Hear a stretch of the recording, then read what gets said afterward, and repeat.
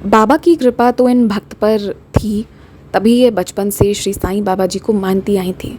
पर जब ये 12th में थी तो उस दौरान किसी ने इन्हें बताया कि तुम श्री साईं बाबा जी की व्रत कथा करो और तुम्हारी इच्छा ज़रूर पूरी होगी। तो इन्होंने पूरे विश्वास से बाबा जी की व्रत कथा को पढ़ा और उसके बाद जो है इन्होंने अपने 12th को भी अच्छे से पास किया और उसके बाद इनका कॉलेज में एडमिशन हो गया, जो इनके शहर में ही था। अब कॉलेज में एडमिशन हो गया। इनके जो पिताजी थे, फादर, वो एक प्राइवेट स्कूल में टीचर थे और कभी कभी ऐसा होता था कि स्कूल वाले जो हैं वो हटा देते थे और फिर दूसरा स्कूल चेंज करना पड़ता। एक दो बार उन्होंने अपने लाइफ में, ज़्यादा नहीं, एक दो बार ये चीज़ें देखी हैं और ये दौरान इनके लिए बहुत कष्टदायी रहा है। तो इन्हें अच्छे से याद है कि उस दौरान ये बस बाबा से प्रार्थना करती थी हाथ जोड़ जोड़ कर। और जब ये कॉलेज चली गई तब इन्हें श्री साईं सच्चरित्र जी के बारे में मालूम हुआ। इनकी भक्ति ऐसी जिसका मैं क्या बोलूँ, मेरे पास शब्द नहीं है। इन्होंने इस तरह से बाबा की भक्ति की है कि जब भी ये सप्ताह पारायण करती तो वो 7 दिन ये सिर्फ फल खाती, नमक का त्याग कर देती, कुछ भी नहीं खाती, सिर्फ फल खाकर ये 7 दिन श्री साईं बाबा जी के सप्ताह पारायण किया करती थी। और ये चीज़ ये अक्सर छुट्टियों में करती थी। जब भी इन्हें की छुट्टी मिलती थी, लंबी छुट्टी, तो ये सप्ताह पारायण कुछ इस तरह से करती थी। पैसों की तंगी होने के कारण ये बहुत ज़्यादा धूमधाम से उद्यापन तो नहीं कर सकती थी, लेकिन उसके बावजूद जो भी खाना घर में बनता, सप्ताह के अंत में जिस दिन इनके सप्ताह पारायण संपूर्ण होता, उसी में से थोड़ा सा ये अन्नदान के लिए निकाल लेती थी। और इन 4 साल के दौरान इन्हें ये तो पता चल गया था कि इनके कॉलेज से प्लेसमेंट बहुत ख़राब होती है। ये समझ लीजिए 10 से 12 हज़ार की प्लेसमेंट होती है, इससे ज़्यादा की नहीं होती है। और इतने कम वो ये इनका नहीं हो पाता। इन्हें लग रहा था कि अगर मुझे इस परिस्थिति से निकलना है तो मुझे अच्छा प्लेसमेंट चाहिए। और ये बहुत परेशान थी इस बात को लेकर कि अब आगे कैसे क्या होगा। तो फिर इन्हें फिर से साईं बाबा जी दिखे। तो जब इनके कॉलेज में एंटर करने के 2 से 3 महीनों में ही इन्हें ये पता चल गया था कि यहाँ प्लेसमेंट बहुत ख़राब हो रहा है, तब से इन्होंने श्री साईं बाबा जी के गुरुवार व्रत को उठाया। हम अक्सर 9 गुरुवार, 9, 11, 21 इतना ही सुने हैं, पर इन्होंने तब तक किया। थ्रू आउट द कॉलेज इन्होंने वो गुरुवार व्रत करते रहे। और आपको बताती हूँ, इन गुरुवार व्रत के दौरान इन्होंने हर गुरुवार को कुछ सिर्फ फल खाती थी, नमक बिल्कुल त्याग करके, और बाबा की व्रत कथा को पढ़ती थी पूरे विश्वास से, और जो भी उसकी विधि है उसका पूर्णतः पालन करती थी और नमक का त्याग करती थी। और इस तरह से इन्होंने 4 साल, इनका काम कॉलेज जाना और उसके बाद फिर बाबा की भक्ति करना ही रहता था। हाँ, बाबा ने इनको इतना आशीर्वाद दिया कि घर में पैसों की तंगी होने के बावजूद, कुछ भी होने के बावजूद, कहीं ना कहीं से इनका सब कुछ बहुत अच्छा हो जाता। और ये अपने दोस्तों के साथ भी एक अच्छा खासा समय बिताया है। ये मतलब इन्होंने उतनी फाइनेंशियल कंडीशन वैसी होने के बाद भी ये अच्छे से जी हैं। इनके अलावा इनकी छोटी बहन भी थी, लेकिन इनको किसी चीज़ की बाबा कमी नहीं होने दी। हर चीज़ बाबा समय से पहले कहीं ना कहीं से कुछ ना कुछ करके मिल जाता था इन्हें। तो अब तक इस तरह से इनका चल रहा था। अब जब बारी आई प्लेसमेंट की तो पता ही था, और इनका प्लेसमेंट भी एज़ यूजुअल 7,500 या 8,000 का हुआ था। लेकिन इन्होंने व्रत करने नहीं छोड़े थे, और बाबा की ऐसी कृपा होती है कि उसी दौरान इन्हें किसी और जगह के बारे में पता चलता है जहाँ ये जाती हैं। इंटरव्यू होता है, इनका सिलेक्शन हो जाता है, और जो पहले जगह ज्वाइन करने वाली थी उसके जगह ये दूसरे जगह ज्वाइन करती हैं। और मैं ज़्यादा एग्जैक्ट तो नहीं बोल सकती हूँ कुछ भी, लेकिन इतना आपको कहूँगी कि इनकी जो सैलरी थी वो 45,000 प्लस थी, मतलब 50 अप्रोचिंग थी। ठीक है, इतना का फ़र्क बाबा ने इस तरह से दिया। और फिर ये उसके बाद भी व्रत करती रही जब तक इनकी पहली सैलरी नहीं आई। और जब पहली सैलरी आई तो इन्होंने बहुत अच्छे से भंडारा किया था।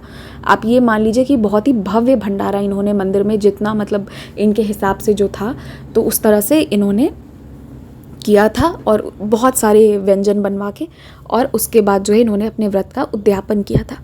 इनका इतने समय का तपस्या, इतने समय की मेहनत जो है वो रंग लाई।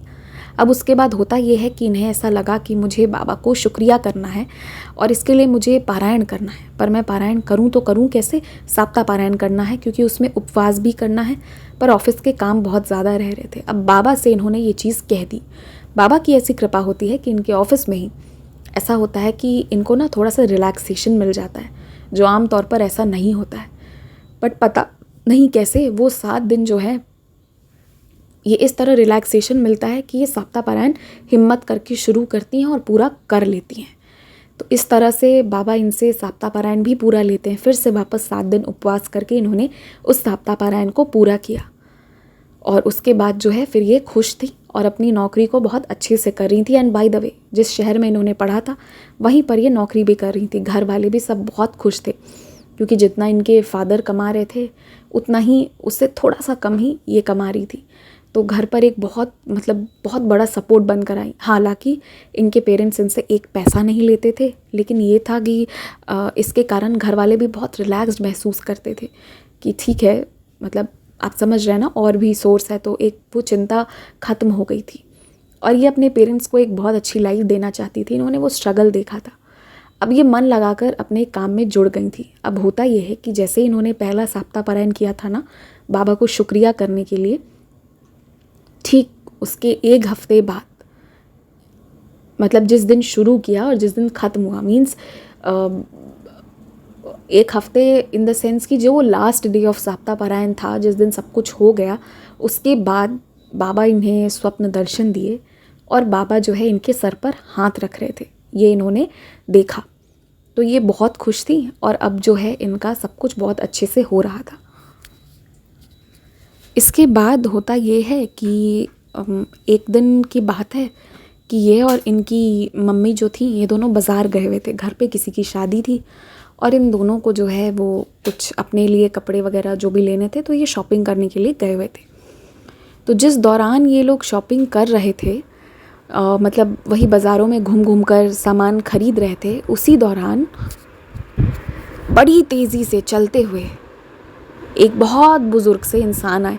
एक तो वो बहुत बुज़ुर्ग थे, लाठी भी पकड़े हुए थे, लेकिन बड़ी तेज़ी से चलते हुए आए और बोले, बेटी बेटी ये लो पकड़ो। इनके हाथ में कुछ लिफाफा पकड़ा दिए और वो आगे निकल गए। इनकी मम्मी सामान लेने में व्यस्त और इन्हें कुछ समझ नहीं आया कि क्या है उस लिफाफे में। कुछ समझ में नहीं आया इन्हें कि ये क्या था। खैर, ये जैसे ही फिर दुकान के अंदर चढ़ी, अब इन्हें बेताबी हो रही है कि लिफाफे में क्या है, खोलूं।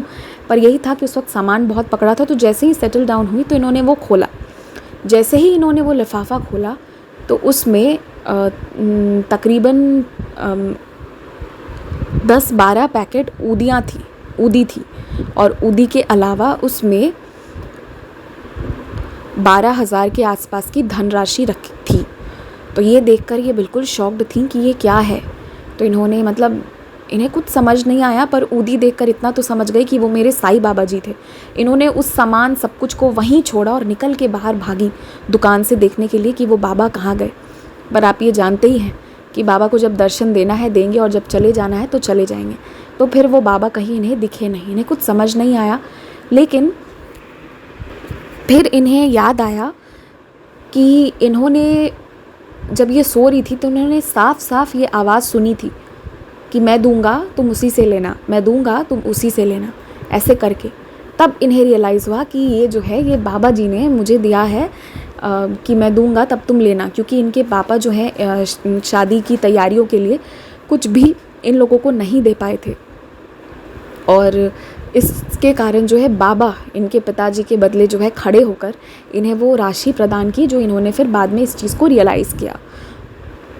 और फिर उन ऊदी को तो ये अच्छे से रख ली और वो अमाउंट ये तुरंत ही अपनी मम्मी के हाथ में दे दी और बोली कि जो लेना है आप वो ले लीजिए। और उसी में से आप यकीन मानिएगा इन्होंने इतनी सुंदर गाउन खरीदी जो सिर्फ 2,500 की इन्हें मिल गई। वरना अगर आप बाहर मार्केट में जाके कहीं भी लेंगे तो वो नहीं भी तो 10 से 12,000 से कम में नहीं मिलती। इन्होंने कहा कि वो बिल्कुल लेटेस्ट डिज़ाइन का था, जो इतना सुंदर इतने कम में मिला कि जब वो फंक्शन में गई तो एक एक इंसान ने इन्हें कॉम्प्लीमेंट्स दिया कि ये इतना सुंदर पहन रखा है। तो ये बाबा से इनका एक ये मतलब विस्मय में डाल देने वाला ये अनुभव था। तो उस ऊदी को इन्होंने रखा था, संभाल कर रखा। और इस ऊदी का उपयोग जो है वो इन्होंने तब किया जब एक बार ये बाहर का खाना खा के आ गई थी और इन्हें ऐसा आभास हो रहा था कि ये नहीं खाना चाहिए, नहीं खाना चाहिए, फिर भी इन्होंने खाया था। और उसके बाद जो है इन्हें वॉमिटिंग होनी शुरू हुई जो रुक ही नहीं रही थी। तब इन्होंने उस ऊदी का उपयोग किया था, जिसके बाद जो है इनका तबीयत जो है वो जाकर सही हो गया। इन्होंने यही रियलाइज़ किया बाबा ने जो भी दिया है ना कुछ कारण से दिया है, सुख हो दुख हो जो भी हो, सब कुछ के पीछे कोई ना कोई कारण होता है। तो बाबा के देन पर ये बहुत विश्वास करती थी, बहुत ज़्यादा, कि जो साईं दे रहे हैं वो स्वीकार है। और फिर इनकी हो जाती है शादी, बहुत अच्छे लड़के से होती है, अच्छा घर, सब कुछ बहुत अच्छा, बहुत खुश थी हैं। और शुरू के कुछ महीने बहुत अच्छे से निकले, लेकिन कुछ महीने निकलने के बाद ये रियलाइज़ करती हैं कि इनके हस्बैंड बहुत ज़्यादा स्मोकिंग करते हैं और इन्हें स्मोकिंग से बहुत डर लगता था, क्योंकि पहले भी इनके फैमिली में कोई स्मोकिंग करता था जिसके कारण उनकी डेथ हो गई थी। तो इसके कारण इन्हें इस चीज़ का डर बहुत बना हुआ था और ये नहीं चाहती थी कि इनके हस्बैंड स्मोकिंग करें। जब इन्होंने अपने हस्बैंड से इस बारे में बात करनी चाहिए तो फिर इनके हस्बैंड इन पर गुस्सा होना शुरू हुए और रिश्तों में कड़वाहट आनी शुरू हुई। वो इस हद तक चली गई कि आप ये मान लीजिए, एक बार तो इनके हस्बैंड इनके ऊपर हाथ उठाने तक को चले आए थे, पर उठाया नहीं। इनके हस्बैंड की सारी बातें, सब कुछ बहुत सही थी, पर ये वाला पॉइंट यहाँ पर आकर ये बहुत दुखित हो जाती थी कि क्योंकि इन्हें ऐसा लग रहा था कि मैं अपने आँखों के सामने उन्हें जहर लेते हुए देख रही हूँ और मैं कुछ नहीं कर पा रही हूँ। तो फिर इन्होंने सोचा कि क्यों ना मैं बाबा से बोलूं, और इन्होंने श्री साईं सच्चरे जी के साप्ताह पारायण शुरू कर दिए और अपना व्रत शुरू कर दिया। और इस बार ये व्रत 4.5 साल तक करती रहीं, पर इनके हस्बैंड नहीं सुधरे। ठीक है, फिर इस दौरान इनका एक बेबी भी हो गया और फिर इन्होंने जो है वो इस बार, पता नहीं सबूरी नहीं थी या क्या था नहीं पता, इन्होंने उद्यापन कर दिया और छोड़ दिया बाबा के चरणों में कि अब जो भी होना होगा होगा, हम कितनी चिंता करें। 5 सालों में इन्होंने सिर्फ चिंता की अपने हस्बैंड की, जो इतने अच्छे थे, सिर्फ एक स्मोकिंग को छोड़ने के बाद पर वो जो है वो राज़ी नहीं थे।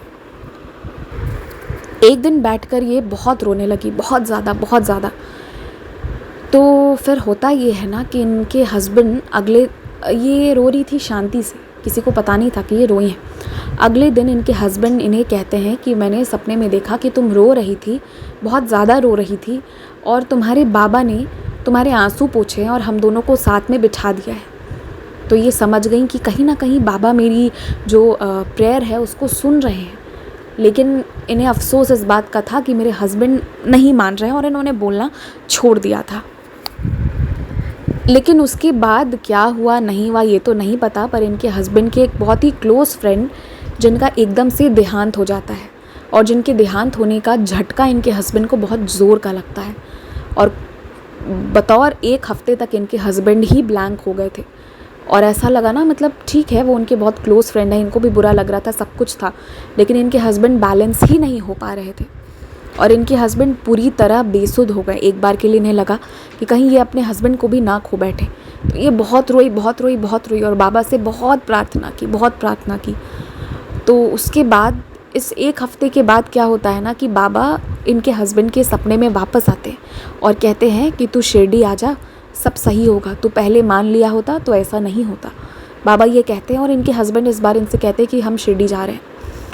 तो फिर इन्हें कुछ समझ नहीं आया क्या है नहीं है, ठीक है, और ये शिरडी जाने को तैयार थी, खुश थी कि हम बाबा को मिलने जा रहे हैं। और इनके हस्बैंड समाधि दर्शन किए, बहुत रोए, खूब रोए।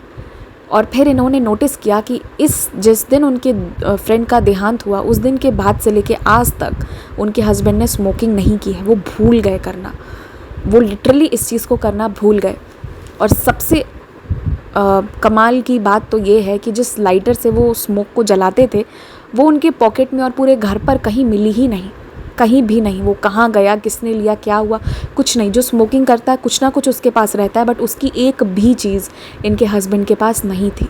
और उस दिन के बाद जो है बाबा ने उनकी वो आदत हमेशा के लिए छुड़वा दी। तो इस तरह से बाबा ने निश्चित ही इनकी सबूरी की परीक्षा ली है, लेकिन उसके बावजूद भी बाबा ने इनको आशीर्वाद दिया है और इस तरह से दिया है जो कल्पना से परे है। तो इसलिए हम सभी को श्री साईं चरणों में विश्वास रखना चाहिए। इनकी और भी अनुभूतियाँ हैं, अगर बाबा आदेश देंगे, बाबा की मर्ज़ी रही तो उसे मैं ज़रूर आगे शेयर करूँगी। तब तक के लिए जय साईं राम।